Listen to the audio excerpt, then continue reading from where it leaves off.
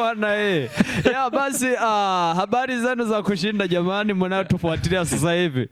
Bwana mimi ni G au Gerard, kwa jina na kazi ni G.Pro. Basi leo ni mimi kwenye maiki hii ambaye nimewaletea kipindi mpya ambacho nitashushia muda si mrefu. Kwenye upande wa kameramani ni nani?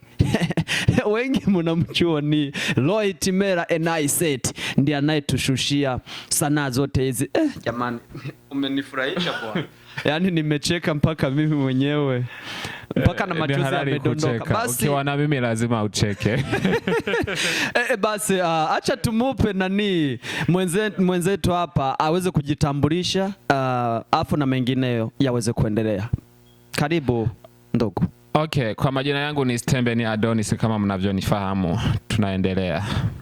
Asanteni sana bwana Steven, karibu kwa mara nyingine tena kwenye GBTV hapa. Asante sana, naona panapendeza. Ya vizuri sana. Cameraman endelea kutuangalizia vizuri. Huyu mgeni wetu nani Steven mwenzetu hapa na ndiye mtangazaji wetu mzuri sana. Watu waweze kumuona vizuri. Basi leo ni sisi wawili tu kwenye page hii. Ya basi nikizani kwamba mada yetu ya leo itakuwa ni kugusia kuhusu nchi ya ugenini. Yani unapofika sehemu ya ugeni, mambo gani unayoyaona, vitu gani unavyoviona, vitu vipya vinavyokuchanganya au vinavyokushangaza ni kama vitu gani? Na nikizani kwamba basi bwana mimi hapa kuhusiana na hii mada ambayo tumeandalia watazamaji wetu wa siku hii ya leo, tunataka watu wajue au wajifunze kidogo kupitia sisi kwa hali ambayo ni uhusiana na mambo ya ugenini. Ndio. Sasa unaona bwana, unapofika nchi ya ugenini au sehemu ya ugenini, si nchi tu, iwe ni sehemu ya ugenini, labda umetoka hapa Lansing unaelekea Grand Rapid, ukipafika kwa mfano unaenda kupakaa muda wa wiki moja au siku 3-4 hivi, au hata kama si Grand Rapid, iwe ni hapa tu, labda umetoka hapa tulipo unaenda labda kwenye barabara lingine huko, lakini ni sehemu utaenda kukaa muda wa siku 2-3-4, na ni sehemu ambapo mkwenda ni sehemu zaidi ya hiyo miaka, ni sehemu pa ugenini kwa zaidi ya hizo masiku au zaidi ya hapo. Sasa kuna vitu vingi unakuta watu huwa wanakutana navyo, na vimojawapo ni challenge mbalimbali ambazo nakuta zinawakumba za maisha. Moja kwa moja ni challenge, vitu kama hivyo. Yani wewe kwa upande wako hilo neno labda unaliona vipi? Wakati ulifika hapa Marekani, ni vitu gani vilikushtua, ni vitu gani vilikuchanganya au vilikushangaza mpaka wewe mwenyewe ukasema mbona hii ni dunia nyingine tofauti na nilipokuwa? Bro, nilishtuliwa na vitu vingi sana. Cha kwanza, tulipokuwa kule kwetu tulikutana na, tulipokuwa kule challenge ambazo tulikuwa nazo, hakuna challenge ambazo tulikutana nazo, lakini hapa Marekani nilikutana na challenge nyingi kulingana na maisha ambayo nilikuwepo kule enzi. Kwa maana hapa Marekani unaona ni mji mkubwa sana, na kule tulikuwa tumezoea kukaa pale yani kwa maisha yako hautegemei company, unakaa pale tu, mwisho wa wiki unaenda kupokea chakula store kule. Unajua ni maisha ambayo tulikuwa tumezoea miaka kadhaa, kwa maana tulikuwa tunasaidiwa na nchi mbalimbali kama UN, unaona. Alafu ulipofika hapa Marekani bana, kupokelewa kukuta vitu vipya, nyumba ambayo hujaizoea ya mataa, unafika pale unaona unapoenda troni tofauti na kule ulipokuwa. Sasa vitu vya transport, unaenda labda kama kwenye mahemezi au unaenda kwenye appointment fulani hivi, unakuta ni maisha tofauti na rangi tofauti za watu ambao mnapakana nao kama majirani au mnakutana mitaani, ni watu wapya. Kwa hiyo ni challenge kubwa ambazo nikutana nazo. So umesema, sijui nimesikia kama vile ulipofika hapa, yani kama vile ulijifunza maisha ya kufanya kazi bila kupumzika, yani, si ndio? Sijazungumzia kuhusu kufanya kazi. Kuhusu kufanya kazi imeongea jinsi tulikuwa tunaishi kule na hapa nimekuambia kama tulikuta nyumba ambazo ziko tofauti na kule, hata transport, lakini kuhusu kazi yani na kazi hiyo kuhusu kazi bado hatujazungumzia kuhusu kazi. Sawa, asante sana. Basi kulingana na ulivyoviona ndani ya nyumba na kuhusiana na swala la transport, yani usafiri, ulivyo ku challenge kivipi? Unajua kule mtu ulikuwa na baiskeli lako, kama unataka kwenda sokoni unapanda baiskeli unaenda kwa mguu. Ilikuwa sio sehemu mbali sana ambayo unaweza kwenda kuchukua gari. Kufanya mahemezi. No, gari nasema baiskeli. Kwa hiyo kama baiskeli ulikuwa unachukua baiskeli lako unaenda kama kuhemea au kutembelea mtu Kwa maana huku ni usafiri mwingine ambao tulikutana nao. Unaweza ukachukua baiskeli ukachukua gari, inatokana na uwezo wako. Lakini kule challenge tunaweza kusema kama challenge ilikuwa ni ngumu. Hapa Marekani ni pazuri, lakini utofauti hapa ni kufanya kazi, ila usafiri ni mwepesi sana. Mpaka mtu unaenda sehemu unaweza kwenda dakika 10 na miguu, unapanda gari unaona tushafika mbinguni bro. Yani okay, basi tushafika mbinguni. Sasa hapo ni kama vile umegusia kidogo kuhusu swala la usafiri jinsi kwa kazi yani bado. Hata kwenda sokoni kuhemea vitu kama hivyo. Sasa ndani ya nyumba ulipofika pale ni vitu gani vilikuchanganya? Ndani ya nyumba nilichanganywa kwanza na kuna mapishi. Unaona? Upishi tulikuwa tafuta kuni zako pale kidogo unaenda unawasha moto pale unakonga moto, unapokuwa mwingi unaweka sufuria unaanza kupika. Lakini hapa bana ni kwenda unawasha batani pale tayari, unapotachi pale unaanza kupika mchuzi unaotaka. Kwa dakika 10 kule tulikuwa tunapika kama masaa mawili, sali moja kwa kukaanga. Yani hapa dakika 30 umeshaanza kula. Kuhusu swala sasa la kujisaidia, na hapo palikuaje sasa hapa? Kwa maana sasa ili msishangae kwa nini nimeuliza hili swali. Kwa wanaonitazama nadhani mnaelewa kwa hiki kitu kwa nini nimekiuliza. Mimi kuhusu swala la kujisaidia umemaanisha, yani umetaka kumaanisha kwenda kuelekea sehemu kuu. Sehemu ya wakubwa. Ile sehemu ya wakubwa bwana, mimi nili challenge kidogo. Ni challenge maana mimi nilifika kule labda nikadhania ni sehemu ambayo wanakulia. Yani ni sehemu wanaweka ni sehemu labda ni sehemu ni beseni ya maji. Nilienda kule nikataka kuchota maji ya kunywa. Nilitaka kwenda kuchota kule, kumbe sio kule wanapochotea maji. Tunajua sisi tumezoea kule bana, tunapoenda kule kujisaidia kule unaenda kwenye kibanda kule mpaka unaangalia na kule kwa shetani kule chini bana. Lakini huko kule haupaoni. Yani ni sufuria tu imebesa ndogo imewekwa kwenye beach, utadhani umefika beachini kule au umepika. Najiuliza mbali sasa haya maji mbona hawakuyawekea safety wayafunike vizuri? Si watu wanakunywa uchafu. Nilitaka kwenda kuoga kwenye macho, nikataka kwenda kuchukua kule nisifungue bomba. Nilikuwa nadhania kama unachukua bomba unaoga kule chini, yale ya kule chini. Kwa hiyo bana nilivyouliza yani mtu ambaye alikuwa ananisaidia akasema hapana, huku hauwezi yani unapotaka kuoga macho au kupiga mswaki ni hapa juu, hapa chini unapoona hapa ni kujisaidia. Nikashtuka nikasema hii hapa ambapo nimefika mbona pageni sana. Nilikaa muda wiki mzima niko na shtuka hivi.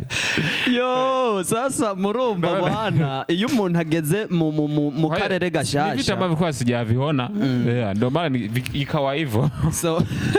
Sasa murumba bwana iyo umuntu ageze ahantu hashasha ahura n'ibibazo byinshi bitandukanye. Steven ngaha avuze yuko ashitse ngaha muri Amerika ibintu yahuye navyo byabaye byinshi, iby'ubuzima bw'ukuntu abaho, ukusaka Maisha, ukuntu yiyunguruza n'ukuntu yarabayeho mu nzu. Mbere murumva yuko habayeho n'igitangaza kidasanzwe aho hariya hari umuntu agenda gukorera exit kwenye office kuu, yani hariya ugenda gusinya yibajije yuko ari yamazi arayo bihumuza mu maso, urumva yani ni challenge kubwa. Sasa tumetoka kuhusiana na challenge za ndani.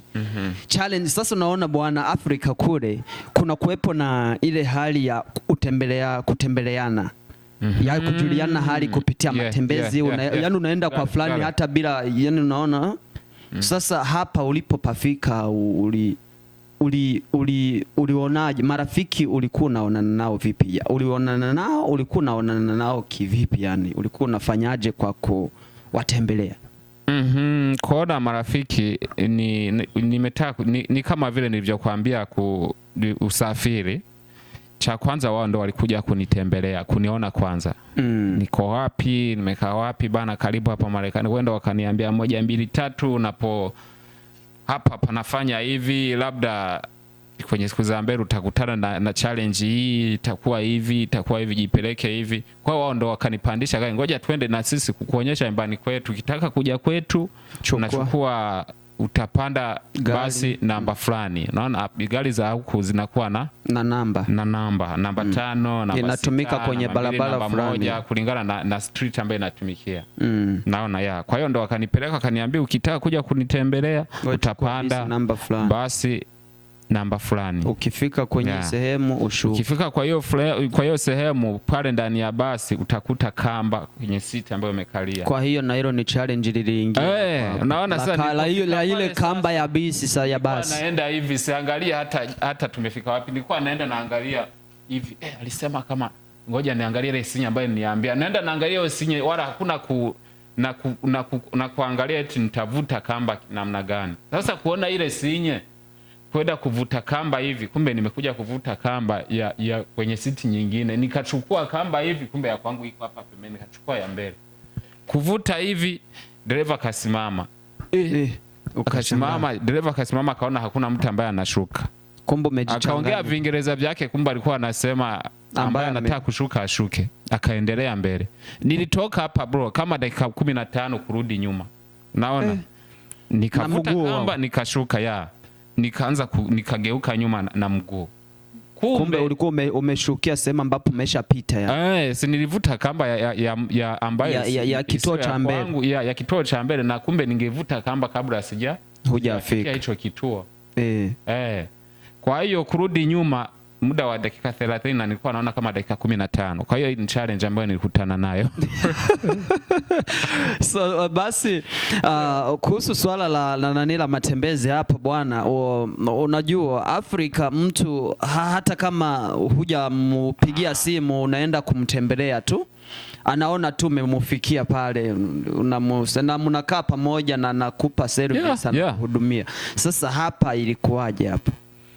Hapa kwanza, kama mtu hujamwambia mapema huwezi, unaenda kwa appointment au unaenda kwa ukiwa umemwambia mapema. Huwezi kumwambia hata kama ni kusalimiana, tunamwambia bro uko nyumbani, kama uko nyumbani niambie. Lakini kule Afrika mtu alikuwa unapanga ngoja naende kwa fulani. Unaenda bila kumwambia chochote na naona umemfikia. Unamkuta pale nyumbani, uko nyumbani kwa maana kawaida tunaweza kusema kama tulikuwa hatuna maisha ya kambi. Maisha ya kambi kama wafungwa. Ni mko pale tu amtoke. Wewe unakaa. Kwa hiyo ulikuwa unatoka nyumbani unaenda ukiwa unajua tu fulani atakiwa yuko nyumbani. Unamkuta pale nyumbani kwa maana hakuna matembelezi. Kama anatembea, lakini 80% ulikuwa unamkuta yuko home. Sasa hiyo ilikuwa ni hatari sasa, maana ninavyovisikia hivyo vitu bwana ni noma kabisa. Jamani, alikuwa maisha ya kijiko. Usisahau kutrick comment chini pale ili tuweze kujua na nyinyi mchango wenu ni upi, au kupitia na nyinyi mlioyapata mlipofika sehemu za ugenini ilikuwa vipi. Maana hapa tumezungumzia kidogo hapa Marekani, lakini hata popote pale ulipo, kama wewe ni ugenini, kuna takiwa kuwepo na vitu ambavyo unakumbana navyo ambavyo unatakiwa kufanya nini, kushughulikia, yani uviige. Sasa wewe ni kitu gani baada ya hayo yote ulichojifunza kupitia mambo hayo yote tuliyokutana nayo? Nilichojifunza kwanza kabla nilichojifunza, ngoja niendelee mara moja. Nilichojifunza ni kwamba unapofika ugenini, cha kwanza inabidi kwanza ukachunguze kwanza, uende taratibu, si uelewe hapo ulipofika ni wapi, wakoje. Kwa hiyo kilichonifunza ni kujifunza unapofika hapo ugenini, wewe jinsi unaweza kujipeleka kwanza hapo ugenini, ili uzoee maisha ya pale. Inabidi uwe kama wao, waangalie wanajipelekaje. Kama unaona wako hivi macho, nawe natakiwa uwe kama, lakini usifanye, lakini uwe mtu mshupavu yani. Uwe shupavu, uchangamke yani kama wanavyochangamka. Kama ni watu ambao wako hivi, na wewe uwe hivyo. Kwa hiyo ukipanda juu, ukitaka kuwa mtu ambaye unapanda juu, unapafahamu sana, wanakufundisha. Ukiona kama wewe unataka kujifanya mtu ambaye unafahamu hiyo sehemu, lazima wanakupa funzo jinsi vinavyokuwa. Wanakufundisha au wanakuachilia, unawafundisha wewe mwenyewe ambao unapajua. Kwa hiyo mnasikia sasa swala lilojifunza kupitia hayo. Unapofika sehemu ya ugenini, unatakiwa kwanza kuiga mwenendo na mienendo ya watu wanaokuzunguka hapo. Na baada ya hapo sasa unaiga, hao watu wanakulaje, wanaishije. Kama wao huwa wakiwa wanatembea mguu mmoja juu, afu mkono mmoja na mguu mmoja ndo viko chini, na unafanya hivyo, wewe unajaribu kuweka hivyo. Kwa hiyo huwezi ukajifanya mjuzi wakati wale wanafanya hivyo, afu wewe ndo uchukue miguu yote iweke chini. Ukiweka chini, watakufundisha jinsi gani ambavyo unaweza kufanya ili na wewe utembee kama wao. Basi asante sana Bwana Steven, nikizani kwamba kupitia mada hii hayo ndo mawili matatu tumefikia hapo. La kuongezea nilikuwa nataka kuwashauri, kawaida kama umefika sehemu ambayo hujaizoea, inatakiwa uwe kama wao. Asante sana. Hiyo weke chini, badilika. Kama wanavyojipeleka na unatakiwa ujipeleke vile. Kama ni kitu labda ulikuwa unalenga kufanya, lazima kwanza uwe kama wao, uzoeane nao, yani wazoee, ujue wanapenda hiki, hawapendi hiki, wanachokifurahia ni hiki, hawakifurahii. Hapo ndo utakuwa umesurvive maisha yako, kwa maana utakuja kufanya vingi kupitia wao, kwa maana utakuwa umeshakuwa wao. Lakini ukitaka kuwa kama wewe, usiwe kama wao, itakuwa shida kwako sana, kubwa sana. Huo ndo ushauri ambao naweza kuwashauri. Asante sana Bwana Steven. Basi nikizani kwamba mimi kwa mada ya leo tumefikia hapo. Sijui kama una comment yote au una swali lolote. Comment yoyote kwa mtu yote ambaye anaweza kuniuliza swala kuhusu hii mada ya leo, anaweza kuniandikia. Hakuna shida, niko hewani, nitamjibu. Asante sana. Basi kama ambavyo amesema tumekiongelea, kama una comment yoyote wewe andike chini, au kama labda ungehitaji na wewe ujulishe marafiki zako yaliyokukuta, wewe tuandika kwenye comment chini, uweke tu ombi lako pale chini. Kama unahitaji tuje na wewe tukufikie, tuweze kuongea mawili matatu na wewe, yale ambayo labda unataka marafiki zako waweze kujua kupitia yale ambayo uliyokutana nayo, wewe tutakutafuta. Wewe ni kuandika chini pale tu, mengineyo tutakutafuta, tutajua ni vitu gani ambavyo tutaviendeleza hapo mbele kupitia kile ambacho tutakuwa na kihitaji. Asante sana Bwana Steven. Okay, nashukuru sana kwa kunikaribisha leo. Mungu awabariki. Okay, asante sana kwa kunikaribisha GRGB. Mimi niko hewani, mtakaponihitaji tena kwa swala lolote, niko hewani, au mimi nitakapowahitaji labda nitawapata hao. Asanteni sana Bwana Steven, na basi muendelee kutufuatilia taratibu, polepole, chonde. Mambo ni mengi tu sana ambayo tutakuwa tunazidi kuwaletea. Mimi niliwaambia tayari nimeshajipa hii fursa ya kuwaletea vitu moto. Basi kwenye kamera tulikuwa na Lohitimera Enaiset, na kwenye mic au kwenye kipindi hiki hostage mkuu alikuwa ni mimi leo Gerard, na niwatakie kila la heri. Bye bye.